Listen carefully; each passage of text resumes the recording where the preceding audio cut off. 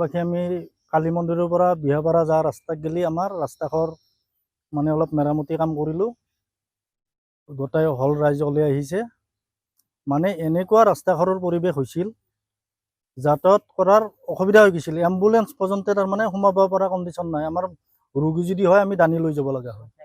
মেডিকেলখন ওচৰতে আমাৰ, কিন্তু পুখুৰীপাৰ মেডিকেলত গেলি নিব লাগিলে আমি দানি লৈ যাব লাগিব কান্ধত কৰি।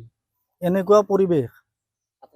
আৰু ছাত্ৰ ছাত্ৰী আজিতো পঢ়িয়ে গৈছিল, এজন পঢ়ি পেলাই মানে স্কুলতে যাব নোৱাৰিলে।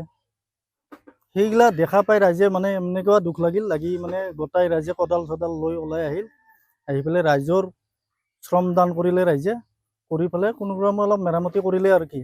নিজৰ গাঁঠিৰ ধন খৰচ কৰি ৰাইজৰ অলপ চলপ সেনেকৈ ৰাস্তাঘৰ মেৰামতি কৰিলে। আৰু তাৰপিছত ইয়াৰ থ্ৰুৱেদি জনাব খোজোঁ আমাৰ চৰকাৰ প্ৰশাসন আৰু আমাৰ স্থানীয় বিধায়ক মহোদয়, এই ৰাস্তাঘৰ যাতে অলপ নজৰ দিয়ে বা পকীকৰণ কৰি দিলে আমাৰ ৰাইজৰ বা আমাৰ মানুহখিনিৰ যাতায়াত খৰচো এই সুব্যৱস্থা কৰি দিলে আমি শান্তি পাম, এইখিনি আৰু।